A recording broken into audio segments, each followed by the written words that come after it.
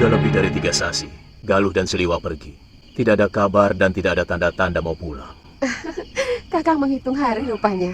Kepergian yang dihitung akan melambangkan jalannya matahari. Biarkan mereka seperti mendung yang datang dan pergi tanpa menghitung waktu. Begitu galibnya watak seorang pendekar. Kita sewa perahu dengan nelayannya. Mungkin dengan sedikit lebih mahal. Mereka mau mengantar kita ke Sedayu. Dan dari sana, kita menyusuri sungai sampai ke Padepokan Sugaluh. Di tengah laut, kita sebarkan abu tulang siluman-siluman serigala ini. Sekaligus bertemu dengan ini Galuh. Di awal kisah ini, kita diperlihatkan dengan Suliwa yang kala itu telah selesai mengobati Putri Raja Ripa Kembangan. Kini ditemani Bongoh, ia akan menyusul Galuh Parwati pergi ke Sugaluh lewat jalur laut. Sambil melanjutkan tugas terakhir dari Prabu Angling Dharma untuk menebar abu mayat para manusia serigala di tengah lautan.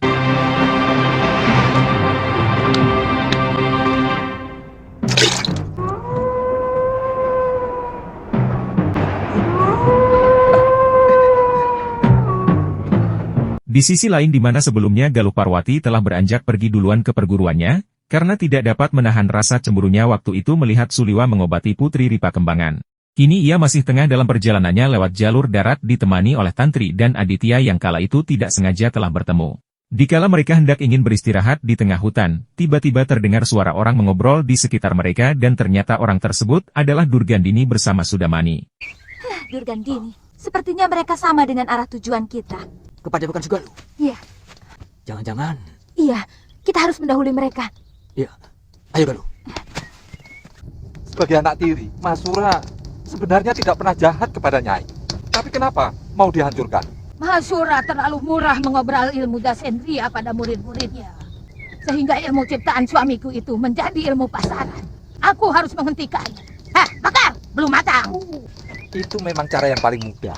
Ada cerita seorang raja yang ingin memberantas kemiskinan dengan membunuh ribuan orang miskin di Kutaraja.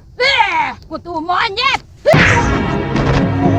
Mendengar ucapan Sudamani yang sepertinya menyindir dirinya, lantas Durgandini pun tidak terima dan langsung marah kepada Sudamani hingga ia pun dihajar sampai minta ampun.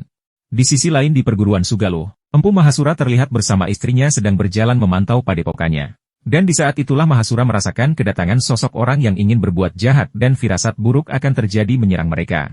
Maaf Guru. Ada apa Kakang? Ada 2 orang yang berniat jahat kepada kita. Yang seorang tidak asing bagi rumah ini. Siapa? Durgandini.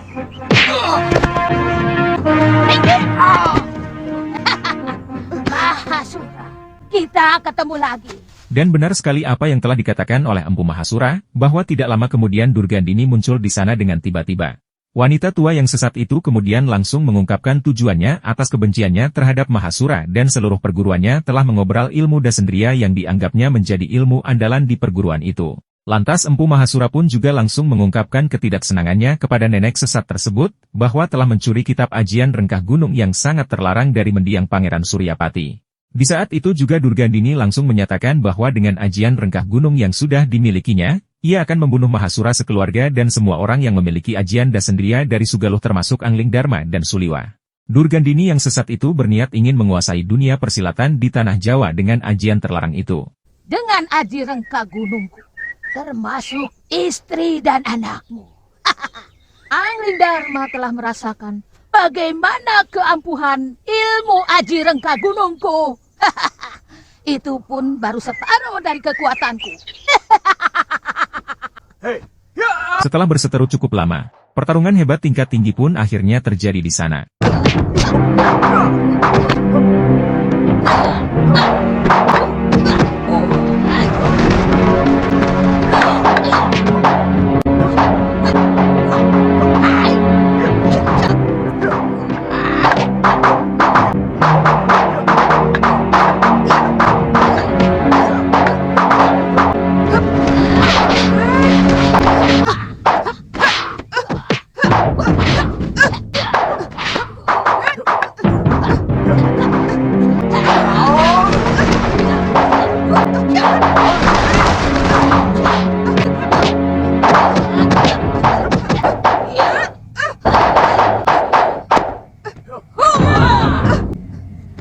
Awas Nyai, dia mau mengeluarkan ajian rengkah gunung.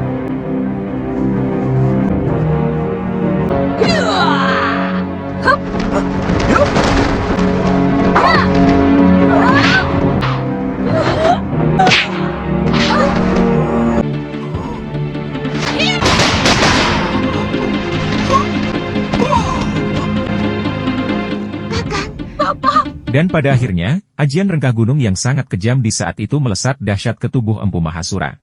Berawal dari Galuh Parwati yang langsung menyambar dengan brutal, sungguh apes nasib Mahasura ketika berniat menyelamatkan putrinya menghadang ajian rengkah gunung tersebut. Dahsyatnya ajian itu langsung membuat Mahasura mati seketika di saat itu juga, sekujur tubuhnya pun langsung hancur dan rata penuh luka yang sangat menyakitkan. Tidak sampai di situ, wanita tua sesat yang sadis itu masih menggenggam ajian rengkah gunungnya dan ia pun mengincar Galuh Parwati untuk dijadikan sasaran berikutnya. Dan pada akhirnya, nasib naas pun juga diterima Galuh Parwati ketika ia memaksa mencoba menyerang Durgandini dari samping. Galuh tidak menyadari bahwa ajian rengkah gunung melesat ke tubuhnya dengan sangat cepat.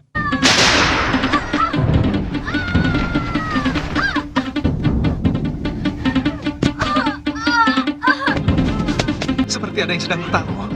Jangan-jangan, ayo cepat.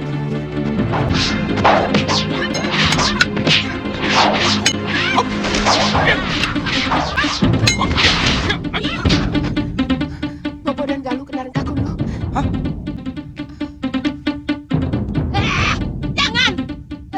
Iya, jangan kau gunakan yang babu itu lagi. Bertarunglah kau dengan jujur Suliwa. Kalau kau benar-benar pendekar. Kaburkan obat ini ke luka Galuh. Kurang ajar. Itu semut, itu kadal, itu anjing. Pengecut kau Suliwa.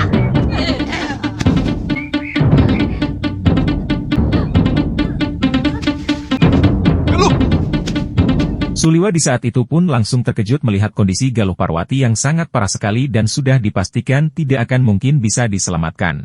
Galuh Parwati yang terkena ajian rengkah gunung yang sangat kejam itu, sekujur tubuhnya pun juga hancur penuh luka yang begitu mengerikan.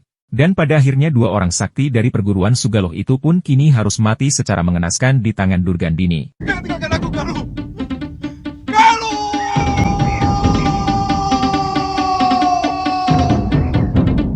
Ada apa, Nyai? Kenapa kok Nyai kelihatan takut melawan titisan Batara Surya? Aku bukan takut.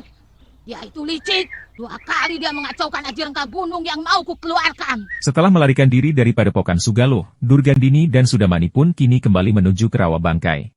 Sesampainya di kediamannya itu, Durgandini pun mendapati sekumpulan para pendekar tua segolongannya yang telah menanti kedatangan dirinya di rumahnya tersebut. Kutu monyet, babi buntet. Siapa yang kasih izin kalian memasuki rumahku? Maaf, Nyai. Sudah 2 hari kami menunggu Nyai di sini. Ternyata para pendekar-pendekar tua tersebut usut punya usut telah mempunyai tujuan mengajak Durgandini membangun rencana busuk dalam dunia persilatan. Di samping Durgandini juga menceritakan bahwa dirinya telah membunuh Mahasura Guru Angling Dharma beserta putrinya. Apa kalian sudah tahu apa yang baru saja kulakukan? Kalian tahu Guru Angling Dharma dan Suliwa. Dia mempunyai seorang anak gadis bernama Galuh Parwati yang katanya ilmu kanuraganya cukup tinggi. Iya. Mahasura. Dedengkot dari padepokan Sugaluh, bukan? Aku berhasil membunuhnya. Membunuh? Begini, Nyai. Terus terang, munculnya Suliwa dengan kehebatan ilmunya itu, juga murid si Ganggadara yang sangat hebat, cukup mencemaskan kita. Kemudian para begundal itu menceritakan kesaktian pendekar muda yang tengah bermunculan seperti Suliwa dan Aditya. Gendrayana pun mengutarakan maksudnya mengajak Durgandini untuk menciptakan seorang murid jago dari segala jago, untuk diwarisi semua kesaktian yang dimiliki para pendekar tua tersebut guna menguasai jagat persilatan di bumi Jawa. Aku tidak mengerti maksud kalian. Begini, Nyai. Kita siapkan bersama seorang anak muda untuk menerima ilmu andalan kita. Dengan begitu banyak ilmu yang dia kuasai, maka lengkaplah dia sebagai pendekar yang lindungi di jagat ini. Dialah yang akan menjadi andalan kita ketika tenaga tubuh kita sudah jompo, seperti Sudamani itu. Pengkar.